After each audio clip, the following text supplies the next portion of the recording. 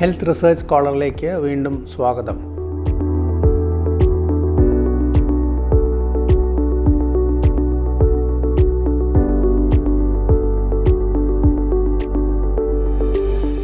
ഇത്തവണത്തത് വളരെ പ്രധാനപ്പെട്ട ഒരു വിഷയമാണ് ഹെൽത്ത് ടെക്നോളജി അസസ്മെൻറ്റ്, ആരോഗ്യ സാങ്കേതിക വിദ്യയുടെ മൂല്യനിർണ്ണയം എന്ന് പറയാം മലയാളത്തിൽ.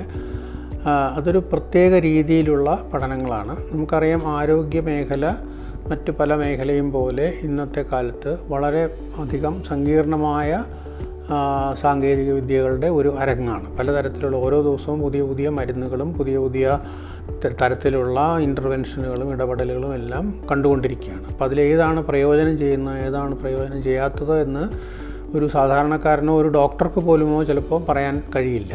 പെട്ടെന്ന് ഉണ്ടാകുന്ന പലതും അതൊരു കമ്പനി ഉണ്ടാക്കുന്നതാണെങ്കിൽ അവരുടെ ഒരു പ്രൊമോഷൻ്റെ ഭാഗമായിട്ട് ഇത് വലിയ കേമമാണെന്ന് ധരിക്കാനുള്ള സാധ്യതയുണ്ട്. അപ്പോൾ സർക്കാരിനെ സംബന്ധിച്ചിടത്തോളം ഇവയെ ഏതൊക്കെ സൗജന്യമായി ആളുകൾക്ക് പ്രയോജനപ്പെടുത്തണം, അല്ലെങ്കിൽ ഏതൊക്കെ അതിൽ നിന്ന് അവർക്ക് അലോ ചെയ്യാൻ പാടില്ല എന്നൊക്കെയുള്ള തീരുമാനങ്ങൾ എടുക്കുന്നതിന് അതിന് സാങ്കേതികമായ അവർക്ക് അഡ്വൈസ് കൊടുക്കുന്ന പഠനങ്ങളാണ് സാങ്കേതിക വിദ്യാ മൂല്യനിർണ്ണയം. അതുകൊണ്ട് തന്നെ അവ പലപ്പോഴും ഔദ്യോഗിക പഠനങ്ങളാണ്, സർക്കാരുകൾ മുൻകൈയെടുത്ത് നടത്തുന്ന പഠനങ്ങളാണ്. അല്ലാതെ നടക്കാറുണ്ട്, പക്ഷേ സർക്കാരുകൾ ആണ് അതിന് മുൻകൈ എടുക്കുന്നത്. കാരണം അവർക്കാണ് ഈ ഒരു ഇൻഫർമേഷൻ കൊണ്ട് ഏറ്റവും പ്രയോജനം.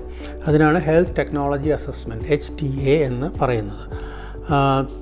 അത് പലപ്പോഴും പുതിയ സാങ്കേതികവിദ്യ സ്വീകരിക്കണോ അതോ തള്ളിക്കളയണോ എന്നുള്ള ചോദ്യത്തിനെ അടിസ്ഥാനപ്പെടുത്തിയാണ് ഈ പഠനങ്ങൾ നടക്കുന്നത്. അതിൽ നമുക്ക് സാധാരണ അതിൻ്റെ കോസ്റ്റും, പുതിയ സാങ്കേതികവിദ്യ ഇൻട്രൊഡ്യൂസ് ചെയ്യാൻ, അത് ആശുപത്രികളിലോ അല്ലെങ്കിൽ ആരോഗ്യ മേഖലയിൽ കൊണ്ടുവരാനുള്ള കോസ്റ്റും അതുകൊണ്ടുണ്ടാകുന്ന പ്രയോജനവും തമ്മിലുള്ള കോസ്റ്റ്, അത് ഇപ്പോൾ ഉണ്ടാകുന്നതിൽ കൂടുതലായിട്ട് എത്ര കോസ്റ്റ് കൂട്ടാം. ഇപ്പോൾ പുതിയ MRI വന്നു, അല്ലെങ്കിൽ CT സ്കാൻ വന്നു, പുതിയ തരത്തിലുള്ള സ്കാൻ വന്നു, പെറ്റ് സ്കാൻ വരുന്നു. അപ്പോൾ ഒരു പെറ്റ് സ്കാൻ എല്ലാ ഡിസ്ട്രിക്റ്റിലും ഗവൺമെൻറ്റിന് വേണമെങ്കിൽ അതിന് എത്രത്തോളം കോസ്റ്റ് കൂടുതലാവും. അപ്പോൾ അതുകൊണ്ടുണ്ടാകുന്ന പ്രയോജനം എന്ത്, ഇൻക്രിമെൻ്റൽ കോസ്റ്റ്, ഇപ്പോൾ ഉള്ളതിൽ നിന്ന് കൂടുതലായിട്ട് എത്ര ചിലവാക്കേണ്ടി വരും, അതുകൊണ്ട് കൂടുതലായിട്ട് എന്ത് പ്രയോജനം കിട്ടും എന്നുള്ളതാണ് പ്രധാനമായും പഠിക്കുന്നത്. പക്ഷേ അങ്ങനെ പഠിക്കുമ്പോൾ അതിന് ഈ ഇൻക്രിമെൻ്റൽ കോസ്റ്റ് ആൻഡ് ബെനിഫിറ്റ് എന്ന് പലതരത്തിലാകാം. ചിലപ്പോൾ കോസ്റ്റും കൂടുതലും ബെനിഫിറ്റ് കുറവുമാണെങ്കിൽ തീർച്ചയായിട്ടും അങ്ങനെയുള്ളവ നമുക്ക് വേണ്ട എന്ന് തീരുമാനിക്കാം. അതുപോലെ തന്നെ കോസ്റ്റ് കുറവും ബെനിഫിറ്റ് വളരെയധികം ഉണ്ടെന്നുണ്ടെങ്കിൽ തീർച്ചയായിട്ടും അവ സ്വീകരിക്കേണ്ടതാണ്. പക്ഷേ ഇതങ്ങനെയല്ല. മിക്കവാറും സാങ്കേതികവിദ്യകളിൽ സംഭവിക്കുന്നത് കോസ്റ്റും കൂടുതലായിരിക്കും, പക്ഷേ ബെനിഫിറ്റും കൂടുതലായിരിക്കും. അങ്ങനെ വരുമ്പോൾ ഈ കൂടുതലായി വരുന്ന കോസ്റ്റിനനുസരിച്ചുള്ള ബെനിഫിറ്റ് ഉണ്ടോ എന്നുള്ള ചോദ്യമാണ് പല HTA ഗവേഷണത്തിലും പ്രധാനമായിട്ടും മുന്നിട്ട് നിൽക്കുന്നത്. അപ്പോൾ അതിന് incremental cost effectiveness ratio, ICER എന്ന് പറയുന്ന ഒരു പദം കൊണ്ടാണ് നമ്മളതിനെ സൂചിപ്പിക്കുന്നത്. അപ്പോൾ ICER എത്രയാണെന്ന് കണ്ടുപിടിക്കാനുള്ള പഠനങ്ങളെയാണ് ഹെൽത്ത് ടെക്നോളജി അസസ്മെൻറ്റ് പഠനങ്ങൾ എന്ന് പറയുന്നത്. അതിൻ്റെ വിശദാംശങ്ങളിലേക്ക് പോകുന്നില്ല. അപ്പോൾ ഹെൽത്ത് ടെക്നോളജി അസസ്മെൻറ്റ് ഞാൻ നേരത്തെ സൂചിപ്പിച്ചതുപോലെ സർക്കാർ മുൻകൈയെടുത്ത് നടത്തുന്ന പഠനങ്ങളാണ്. ഇപ്പോൾ ഇന്ത്യയിൽ അതിന് നമുക്ക് HTA ഇന്ത്യ എന്ന് പറഞ്ഞ ഒരു വെബ്സൈറ്റ് ഉണ്ട്. ആർക്ക് വേണമെങ്കിൽ അത് പോയി നോക്കാവുന്നതാണ്. നമ്മുടെ ഹെൽത്ത് റിസർച്ച് ഡിപ്പാർട്ട്മെൻറ്റിൻ്റെ, ഗവൺമെൻറ് ഓഫ് ഇന്ത്യയുടെ ഹെൽത്ത് റിസർച്ച് ഡിപ്പാർട്ട്മെൻറ്റിൻ്റെ കീഴിൽ നടത്തുന്ന ഒരുപാട് പഠനങ്ങൾ എല്ലാ വർഷവും അവർ നടത്തുന്നുണ്ട്. അതനുസരിച്ചാണ് ഏതൊക്കെ തരത്തിലുള്ള പുതിയ സാങ്കേതിക വിദ്യകൾ നമ്മുടെ ആയുഷ്മാൻ ഭാരത് എന്നുള്ള സ്കീമിൻ്റെ കീഴിൽ ആളുകൾക്ക് സൗജന്യമായിട്ട് കൊടുക്കേണ്ടത്, ഏതൊക്കെയാണ് കൊടുക്കേണ്ടാത്തത് എന്ന് തീരുമാനിക്കാനുള്ള ഒരു പഠന രീതിയാണ് ആ പഠനങ്ങൾ പല മെഡിക്കൽ കോളേജുകളിലും പല ഇൻസ്റ്റിറ്റ്യൂട്ടുകളിലും നടത്തുകയും അതിൻ്റെ റെക്കമെൻഡേഷൻ അനുസരിച്ച് ഒരു പ്രധാനപ്പെട്ട കമ്മിറ്റിയുണ്ട്. ആ കമ്മിറ്റി മിനിസ്ട്രിയിലേക്ക് റെക്കമെൻഡ് ചെയ്യും. അതനുസരിച്ച് മിനിസ്ട്രിയാണ് നമുക്ക് തീരുമാനങ്ങൾ എടുക്കുന്നത്.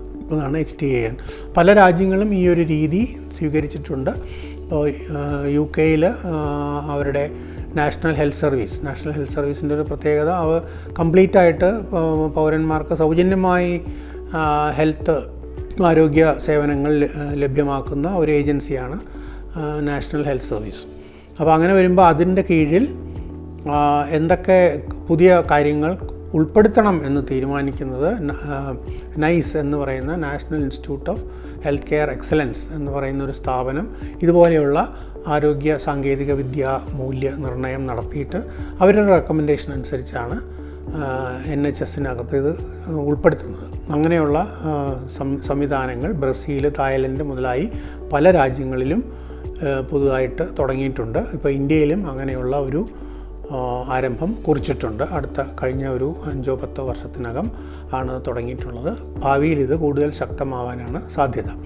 ഇതിനെക്കുറിച്ച് കൂടുതൽ കാര്യങ്ങൾ പിന്നീട് നമുക്ക് വിശദമായി സംസാരിക്കാം. നന്ദി.